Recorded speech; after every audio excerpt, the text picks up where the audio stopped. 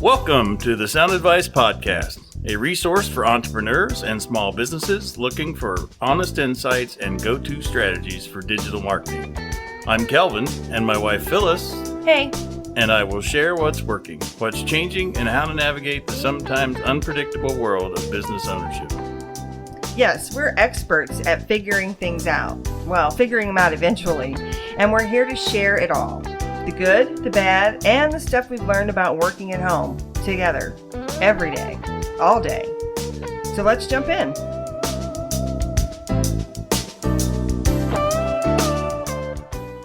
Today on the podcast, we have a great guest that I've been looking forward to this interview. She's got great information to share and you're really going to enjoy it. She's the founder of a PR and digital marketing agency that supports individuals and organizations that are giving voice to big ideas. And she's really good at doing this. She works with small businesses and people who are experts in the thought leaders in their field that are looking to do more than just get their message out to the world. She works with people that are looking to build a community around the work that they're doing. And I know many of our listeners are doing that as well. So you're going to love what she's got to share with us. Her specialty is in positioning. She just has a great knack for finding the special sauce that's going to really resonate with the audience her client is trying to connect with.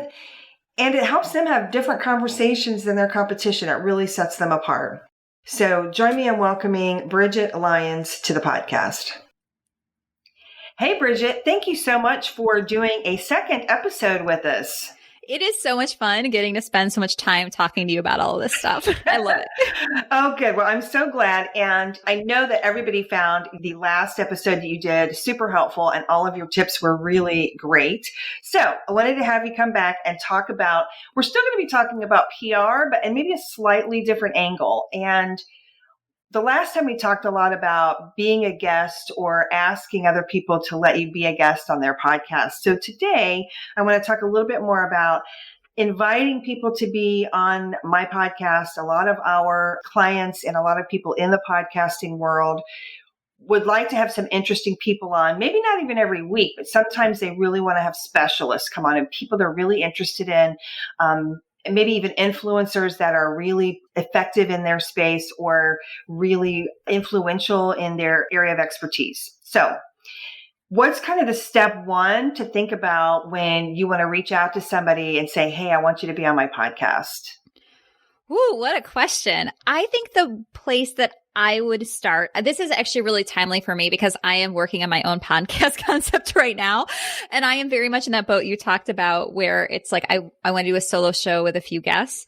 And when I think about the kind of guests that I would particularly want, it's like, what are the questions that I really want to have answered? And who is it that I could reach out to doing that? Whenever I think about content creation in general, this actually comes out of my blog post. So I definitely identify as a writer. And one of the reasons that a podcast appeals to me is that even though I do PR for a living and have a lot to say, writing about public relations and media relations isn't that interesting to me personally, even though I know it offers value, because I'm not discovering anything new. It's something that I'm already an expert on. So I'm just sharing with you what I already know. And I think the best content is actually when the person who's creating it learns something. So whether it's blog writing or podcasting, you want to be at the edge of your own knowledge, not giving up your expert space entirely, but like pushing those edges and boundaries. And so when I think about who it is that you could bring onto your own show, I think about who are those people that you really want to learn from, that you have a question that you're burning to ask, that you really wish you could pick their brain, who are just sort of at that edge of what you already know, because that's going to be such an interesting conversation for you and then also for the people who are listening. Oh, wow. That's such a great way to explain it. That's awesome. And actually, that's partly like why you're here on my show, right? Because I wanted answers to all these PR questions type things that I know that you're the expert at. That's so awesome. Yeah. I mean, when it comes to producing the show and probably even this content that we're talking about today, because you have, I would imagine, much more experience on this very specific kind of outreach, right? We're still firmly in your area of expertise. You're definitely the expert here, but then there's that like little bit that I can add. And hopefully if it's a good conversation, at least one thing I say in one of these interviews will be just like something that you didn't quite anticipate. And that's delightful to listen to, I think. Oh, yeah, absolutely. Well, you totally have done that too. You taught me in the last episode, like literally 3 key things that I'm totally implementing already. And yeah. And so, yeah, it's perfect. Now, I know that you work with some people and some of your clients have pretty big platforms. They have either well-performing podcasts that are really getting tons and tons of downloads. Some of them are authors and they've got, again, a lot of visibility. So I want to talk a little bit about that because a lot of people that, again, our podcasters are talking about, a dream guest. And sometimes, other than Oprah, right, which is everybody's dream guest ever, right, is somebody in their field, like Seth Godin in the marketing field or some of those kinds of things. And some of our clients are like, oh, I could never ask that person. And then some of them are like, yeah, I'm totally going to ask them, but, maybe aren't really approaching it with the right, I don't want to say the right intention. But there's just, I think, a lot of confusion and a lot of fear and uncertainty about how to go about that. And I know from the client side, if you could kind of help us understand maybe how they're looking at some of this too, could be really helpful for us to understand it. Yeah. So I will say that some of my clients who have had bigger profile podcasts or platforms, they have these same fears sometimes about reaching out to other people. So I think it's just part of human nature. Mm-hmm. And I think when you said not quite the right intention, I think you're getting at the thing that I always talk about, which is like the energy that you make an ask. And so generally speaking, like you mentioned Seth Godin, right? So many people who would want to invite somebody like Seth to be on their show are fans of Seth Godin. And if you make an ask with fan energy, where you're putting them on a pedestal, where they have so much to bring to you, but you feel like, what do I have to bring to them? Then automatically the tone of that email is going to be really off. You're probably going to overdo the flattery. It's going to feel very uncomfortable for them, actually. I personally have a very small platform, and I had an experience years ago where I went to a conference and a woman just approached me and was like gushing about how something I'd written had changed her life and all this stuff. And I know this sounds like a humble brag, but I just want to share it because I really do have a small platform, and it was so deeply uncomfortable for me. And so it's just like, people don't actually enjoy that kind of attention and energy usually. And so what I like to think about is, whenever you're approaching somebody to come on your podcast, approach them as an equal. So they have something to bring to you, which is, something that you're interested in, that thing you want to ask them, probably some visibility, right? Probably helping you bring some traffic, but you have something to offer to them. And it's always important to remember that even if you have a baby podcast that's just launched, you have a platform. Now it's up to them to set a boundary and say, maybe I don't want to be on a podcast that's small or new. That's okay. Like, people are allowed to set their own boundaries around their time. But that doesn't make what you have actually any less valuable. And in addition to having a platform, I have a really good friend, Tara Gentili, and she has the What Works podcast. Mm-hmm. And we've talked really extensively about what she likes to have in people. And her thing is like, look, like, I like to get really specific into something that somebody has learned that works for their business. So we get into, she says, the nitty gritty all the time, right? The nitty gritty of their business. If you're going to pitch me, if you can show me that you have something, that we can dig into and people can learn from, I don't care what size you are. I just really want to have interesting conversations. That's why I have this podcast, is to have really interesting conversations and to help my people learn something. And I think if you look at her lineup, it really is true that, she does have a lot of connections. She does have a lot of bigger guests, but then there's other people who I'm literally just hearing of for the first time listening to Tara's podcast. And so, you have a platform and you have your curiosity, you have the intention that you have to bring out the best in them. Like, all of that has equal value to whatever it is that they're bringing to you. And I think that just remembering that is so important. Yeah. Oh, that's great. Thank you for that insight. I want to revisit the very first part of that when you talked about that, the energy. That was very helpful. But the fact that some people are uncomfortable with the sort of the flattery, putting you up on the idol kind of thing as an idol, I guess. So it's interesting too to know that people that have a really large platform, I think our audience would be surprised to find out that people with really large platforms, or maybe people that have already a really successful podcast or have already sold a book, and they're really, that they might have those same insecurities.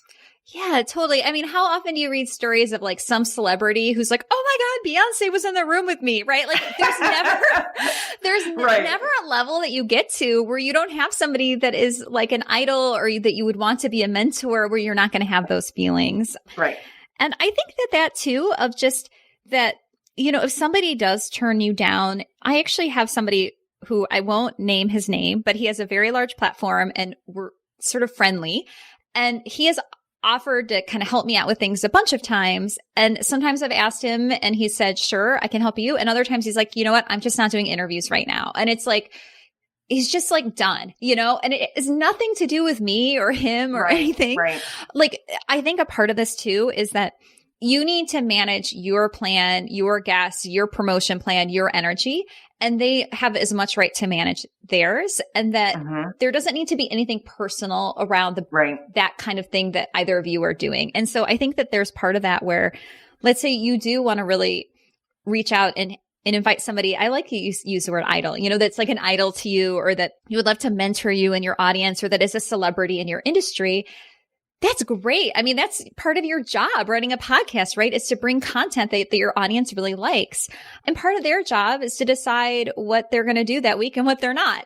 So, right. But I would say that, lots of people get lots of really surprising guests on. And, sometimes it's not even about the size of your platform. I think sometimes it can also be about investing in your own skills of being known as somebody who's giving a good interview. So when I think about, trying to think about how do I bring on a guest, or how could one of my clients bring on a guest that feels a little bit out of reach, or like has a much bigger platform than they do, a big part of that is doing your research and figuring out what is this person interested in talking about and promoting right now. So you have your agenda and they have their own positioning and messaging, right? And so is there a way that you can show them, okay, I'm paying attention. I know you have this book coming out. I'd love to have you on. We can talk about your book. You've also mentioned that you're really passionate about, some other pet project. Like a lot of celebrities will do that. So if you'll notice when celebrities go on their tours, they're obligated to talk about whatever movie they're just in. But often people will bring up their pet charity as well, because they know that that's actually what the celebrity cares about. And so if you can think about, what does this person really care about?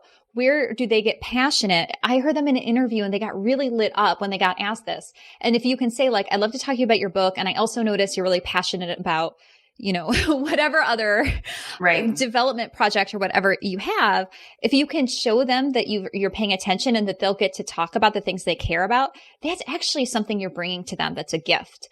And so that can be a really powerful way to kind of bring in somebody that might not come just because of the audience you have alone. Right. Yeah, that's such a great point. In fact, Brigitte, you've made me start thinking, I feel like I need to start a list of people that have where we have a common interest in, maybe like a charitable component, right? Where we can just talk about that. Like, how did they get into it and what are they doing and what do they see in that? I think that would be such an interesting conversation. Yeah. And like, it could be charitable. It could be also like, for me, so I do PR, but like, I love talking about actually hiring and building an agency and team building and like all of that. And so if somebody were to say, I want to have you on, I actually don't want to talk about PR. I want to talk about what you're doing to build your agency. I would be like, yes, like I will say yes all day long, because I'm personally really passionate and interested about those things. And I think you can kind of suss out, like you can hear people's voices where they get excited, or people might mention like, oh, I really love this. Right. And so just paying attention to those things can make a huge difference. Yeah, that's such great advice. I love it. And I know that kind of ties in nicely with my next question, because I know that one of your clients has recently had a big opportunity in this sort of charitable space based on a lot of the work and some other things that they've done. Is that something that we can talk about? Yeah, it's actually, so they're not a current client. So if we talk about it, I'm happy to, but I want to clarify. Okay. Well, you worked with them previously. Yeah. Okay. Yeah. So the client, I worked with Being Boss, who had a book come out last year of the same name. And so that's the client. And one of the things that had happened is actually a charity reached out to me because they had known me as a publicist and said, you know what, we'd really love to invite Being Boss into these trip that we do to Guatemala. And so, sorry, I was blanking out there for a second. And so the charity's name is Cooperative for Education. And they just really like to bring on, sometimes, not all the time, but they like to bring these influencers onto trips to show them, their programming and what it is that they're doing to break the cycle of poverty in Guatemala.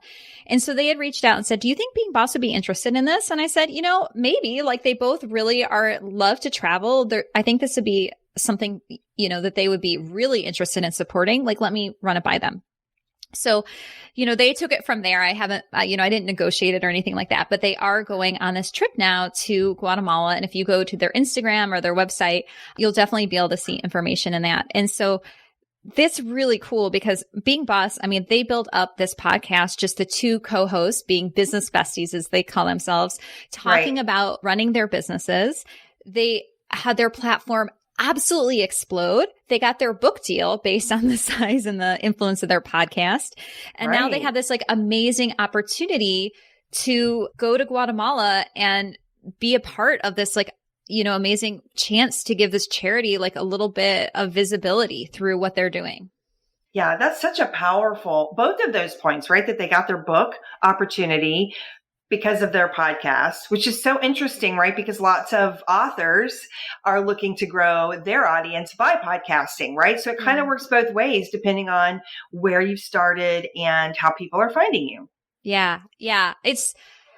It's just amazing, I think, when you see the ways that running your own podcast can open these doors, that you just wouldn't have imagined.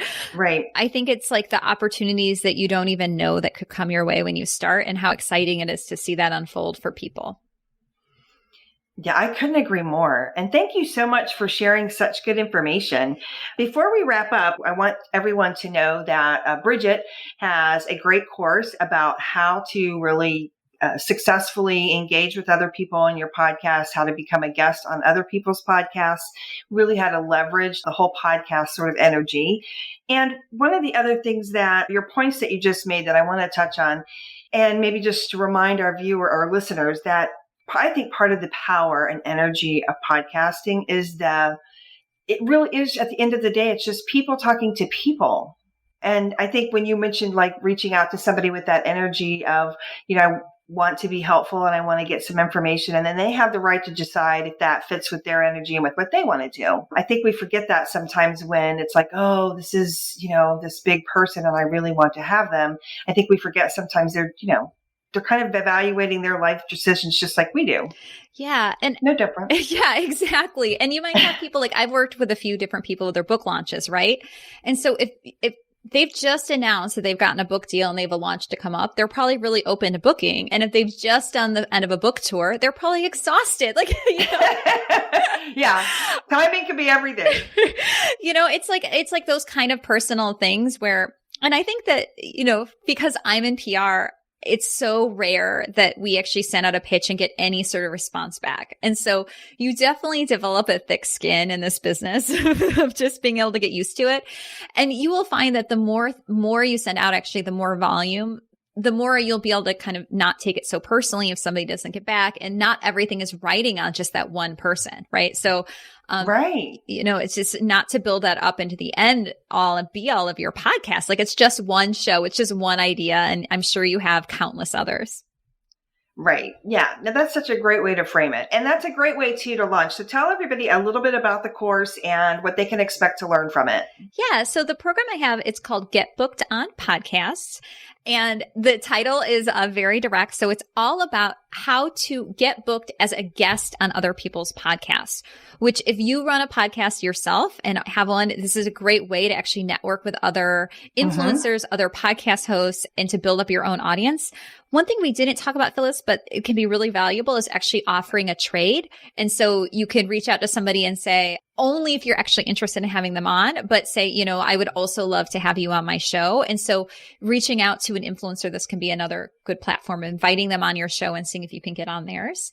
But what the whole program is about is totally focused on step by step, taking you by the hand and showing you how is it that you figure out what podcasts you even want to be on to begin with, right? What makes sense for you? Where can you find the podcasts who are already reaching and engaging your audience?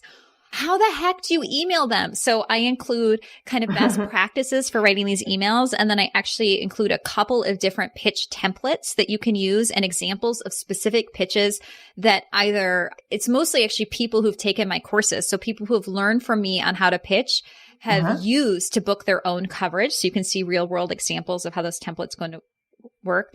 And then systems for implementation. So, you know, all the kind of questions that you're going to inevitably run into, like, when should I pitch? Do I follow up? What does my follow up look like? Like all of that kind of nitty gritty stuff. So it's very specific.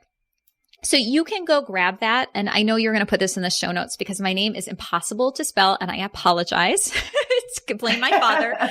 But the website for this is BrigitteLyons.com/sound advice, all one word. And I gave you a coupon code so you can get 15% off the course of the program and also some bonuses on systems and plugins that we use to cut way back on the time and make everything like almost on autopilot for you. So I really recommend you check that out. It's a great resource. And if you want to be on other people's podcasts, like this is the all-in-one kit for doing that. Oh, that's excellent. Thank you so much. Yeah, I'm looking forward to checking that out. Thank you for offering the discount to our listeners. And I will, everybody, if you're wondering how to reach Brigitte, it's BrigitteLyons.com, of course. And we will put it in the show notes at soundadvicesales.com/podcast because Brigitte does spell her name a little differently. It's like Brigitte Bardot. It's the French way. Okay. So yeah, if you can look up Brigitte Bardot, that's how she spells her first name. Lyons is Lyons. So you can find her that way. I know people are going to be able to find you. They're going to hunt you down. And if you can't find her, reach out to me and I will point you in her direction. I'm very Googleable. That's right. She sure is. Well, thank you so much again for your time. It's been a pleasure to talk to you. I feel like I've got several other great nuggets of information and things that I can implement. I know our listeners are going to feel that same way too. So thanks so much. And I am looking forward to, I know a podcast possibly is in your future. So when you're ready to launch that, I would love to have you back and we can talk all about your podcast experience and what's happening with that. And I know you'll have an even different perspective and some other things that you can bring to us. Oh, thank you so much. It's been so much fun to come talk to you about all of this. I can't believe you had me on twice to talk about podcasts, but I just love everything that you offer and the resources on starting up your own show. They've been beyond valuable to me. I'll tell you that. Oh, great. Well, thanks again, and we will talk soon. Thanks for listening to the Sound Advice Podcast. Be sure to visit soundadvicesales.com to join the conversation, access the show notes, and discover our fantastic bonus content. If you loved this episode of the Sound Advice Podcast, head over to iTunes, Stitcher, Google Play, or wherever you get your podcasts to subscribe, rate, and leave a review. We'd love to hear from you. Until next time.